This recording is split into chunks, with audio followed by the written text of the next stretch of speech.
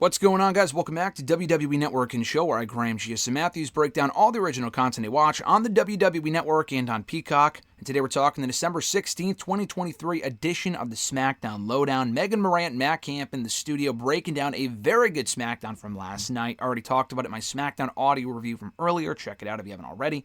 They open up the episode recapping the biggest headlines from the show, including recapping the two United States Championship #1 contenders tournament matches. What a mouthful.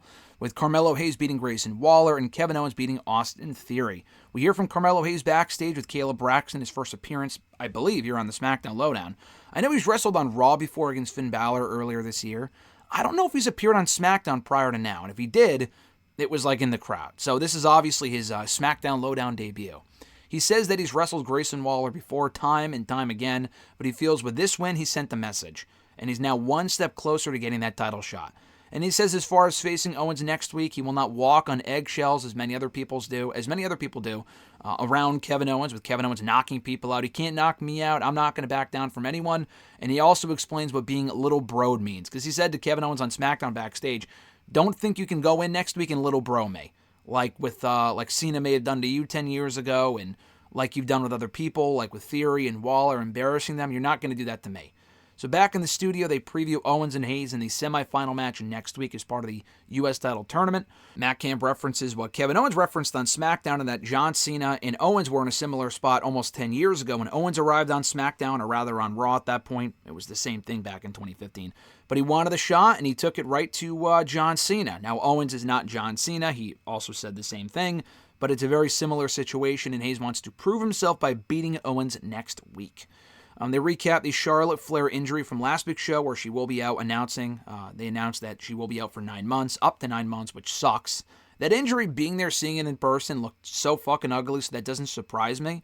But it is disappointing, especially considering it looked like she was probably going to face Bianca Belair for the title at Mania or in a non-title match. That, to me, was the Mania match, and now that's completely off the table. They then recap the Kabuki Warriors' win over Michin and Vega. We hear from Bianca, Shotzi, Michin, and Vega backstage here on this show. Bianca says that they're all bonded by common enemies. They haven't really teamed together too much, that being these four women, but they're bonded by their hatred for Damage Control. Michin says they're coming for them. Zelina Vega says they're not expecting Damage Control, that is. They're not expecting any element of crazy that Shotzi will bring. And Shotzi says we're ready for Holiday Havoc next week. Now let's go chug some eggnog. And that's what she said. I don't like eggnog myself. I've never tried it necessarily. Maybe I'll have to try it, but I think eggnog is fucking gross. I mean, not to shame anyone who does like it. A lot of people love it. Me personally, because I've never tried it, maybe I can't shit on it, obviously, but it's not really my cup of tea, literally or figuratively, I guess. So anyway, they preview next week's Holiday Havoc matchup. It's going to be Bianca, I already mentioned this, but Bianca, Shotzi, Michin, Vega against all of Damage Control, Bayley, Io, Asuka, Kairi. We hear from Dragon Lee backstage here. Dragon Lee feels prepared for next week's championship defense, his newly won NXT North American Championship, that is, taking on Butch. He feels prepared, and he wants to wrestle everyone in WWE. Butch comes in, who he is going to be facing on that show, and calls himself a different animal, and Dragon Lee says he's looking forward to it. So they preview Lee and Butch for next week's show. That sounds fun. Caleb Braxton mentioned to Dragon Lee, oh, this is your first championship defense. It's actually not. Dragon Lee, actually, I was going to say this will be taped first. That's actually not true either. They pre-taped SmackDown, or rather NXT for next week, on Thursday, and they pre-taped SmackDown for next week last night. So Dragon Lee is actually going to be defending the North American Championship first on NXT coming up on Tuesday. Actually, wait a second. He's going to be facing a member of Drew Gulak's group coming up on Tuesday this coming week. He already defended the championship on Tuesday of this week.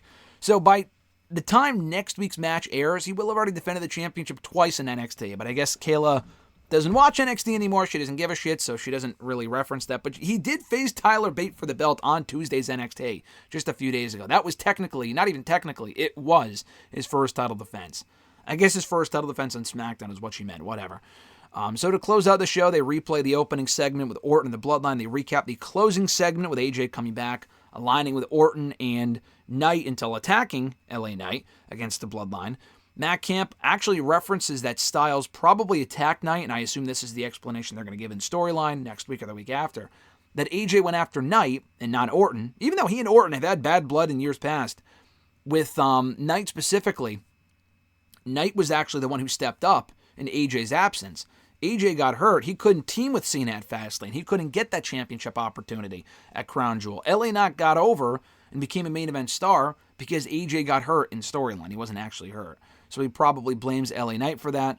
We'll see where that goes in the coming weeks. Very excited for that. And that was SmackDown LowDown in a nutshell for December 16th, 2023. Pretty good stuff here. I assume they're doing an episode of SmackDown LowDown next week, even though SmackDown's already been pre-taped. They'll probably still do SmackDown LowDown on the 23rd. I mentioned this in my SmackDown audio review. I'll be busy next Saturday, so if I can get to the show, and I always do, it will probably not be on the 23rd. It'll most likely be on either Christmas Eve or a couple days later. I'm not sure. I'll get to it at some point. It might be delayed due to the holidays, so just a heads up. Thank you guys for tuning in. As always, I appreciate it. Be sure to like the video, drop a comment, share the video, and subscribe to the channel for more daily content. Have an awesome one, guys. I'm Graham G.S. Matthews, and I'll catch your ass down the road.